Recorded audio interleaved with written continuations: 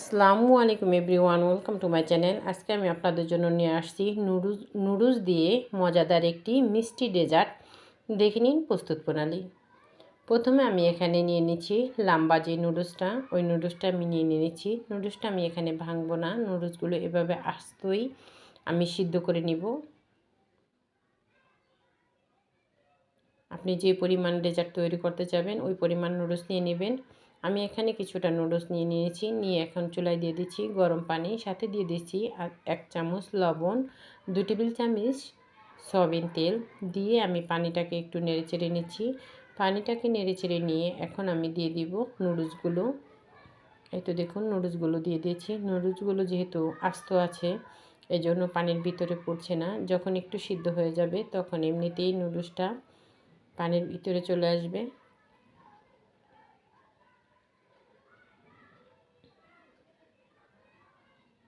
এই তো দেখুন নুডলসটা একটা সাইড যখন নরম হয়ে গেছে তখন পুরো নুডলসটাই পানির ভিতরে পড়ে গেছে। আর এই নুডলসগুলো আমি এভাবে এরকম আস্তই রাখবো।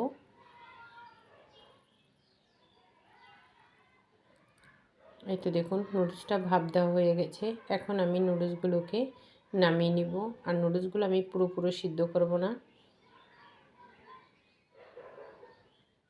এখন আমি নুডলসটা নামিয়ে নিয়ে এখানে আমি নিয়ে নিচ্ছি সামান্য একটু পানি, সাথে দিয়ে দিচ্ছি 1 টেবিল চামচ কর্নফ্লাওয়ার। দিয়ে আমি পানিতে কর্নফ্লাওয়ারটা ভালোভাবে মিক্স করে নিছি। এখানে আমি একটা দুধের খিরসা তৈরি করব, যেটা আমি ডেজার্টের জন্য তৈরি করে নিচ্ছি। এখানে আমি কিছুটা লিকুইড দুধ জাল করে নিচ্ছি ঘন করার জন্য। জাল করে যখন দুধটা ঘন হয়ে যাবে তখন এই পর্যায়ে আমি দিয়ে দিব যে ব্যাটারটা আমি গুলে রেখেছিলাম কর্নফ্লাওয়ারটা দিয়ে আমি আবারও ভালোভাবে নেড়েচেড়ে নিচ্ছি যাতে নিচে লেগে না যায় আর দলা পেকে না যায়।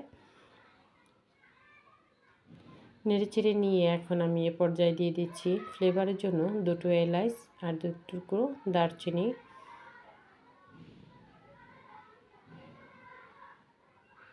দিয়ে এখন আমি দিয়ে দিচ্ছি চিনি। এখানে আমি 1.5 টেবিল চামচ চিনি দিয়েছি। চিনিটা দিয়ে এখন আমি দুধটাকে ভালোভাবে নেড়েচেড়ে নিচ্ছি, যেহেতু এটাতে কর্নফ্লাওয়ার মিক্স করা আছে যাতে নিচে লেগে না যায়। এভাবে আমি ভালোভাবে নেড়েচেড়ে নিচ্ছি।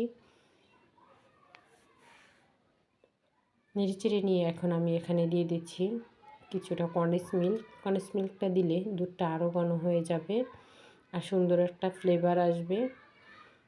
এখন আমি কন্ডেন্স মিল্কটা দিয়ে আবারও কিছুক্ষণ নেড়েচেড়ে নিচ্ছি যাতে লিকুইড দুধের সাথে কন্ডেন্স মিল্কটা ভালোভাবে মিক্স হয়ে যায় আর দুধটা আরও ঘন হয়ে যায়। এই তো দেখুন দুধটা অনেকটা ঘন হয়ে গেছে। এখন আমি এভাবে নেড়েচেড়ে দিয়ে দিচ্ছি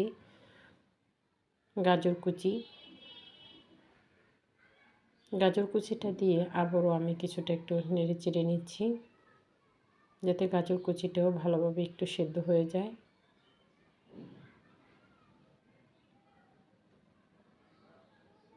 এভাবে আমি কিছুক্ষণ নেড়েচেড়ে আমি গাজরটা যখন সিদ্ধ হয়ে যাবে তখন আমি এখান থেকে কিছুটা দুধ উঠিয়ে রাখবো আলাদা পাত্রে।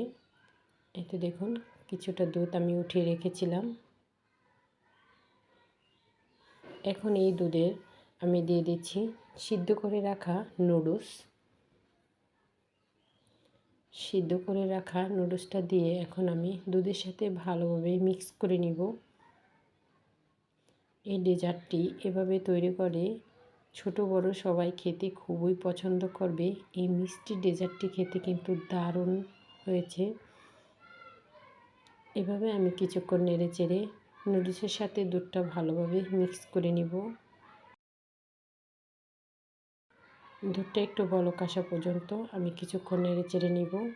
যেহেতু নুডলসগুলো আস্ত আছে এটাতে খুরচুনটাতে হচ্ছে না। পরবর্তীতে আমি যখন ডেকোরেশন করব তখন কাঁটা চামচ দিয়ে এই নুডলসগুলো কেটে খেতে কিন্তু দারুণ লাগে।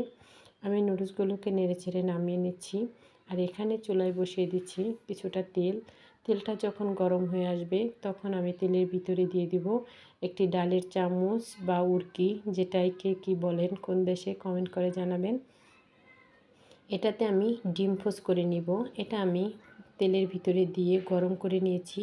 গরম করে নিয়ে এখন সেই চামচটার ভিতরে আমি দিয়ে দিচ্ছি ডিম, আর সাথে দিয়ে দিচ্ছি সামান্য একটু লবণ। লবণটা দিয়ে আমি যাতে ডিমটা তেল লেগে না যায়, এজন্য এই গরম তেলের উপরে ডিমটা আস্তে করে ধরে রেখেছি যাতে আস্তে আস্তে এটা হয়ে যায়। এই তো দেখুন ডিমটা হয়ে গেছে। এভাবে আমি ডিমগুলো ফোস করে নিব। ডিম ফোস করা হয়ে গেছে। এখন আমি নুডলসটাকে ডেকোরেশন করে নিব। এখন আমি যেই দুধটা উঠিয়ে রেখেছিলাম সেটা আমি নুডলসের উপরে কিছুটা দিয়ে দিচ্ছি। কিছুটা নুডলসের উপরে দিয়ে এখন আমি দিয়ে দিব যে ফোস করে রেখেছিলাম ডিমগুলো। দেখুন একদম গোল হয়েছে। আর এভাবে ডেকোরেশন করে দিলে দেখতে যেমন সুন্দর লাগে, খেতেও কিন্তু ভালো লাগে।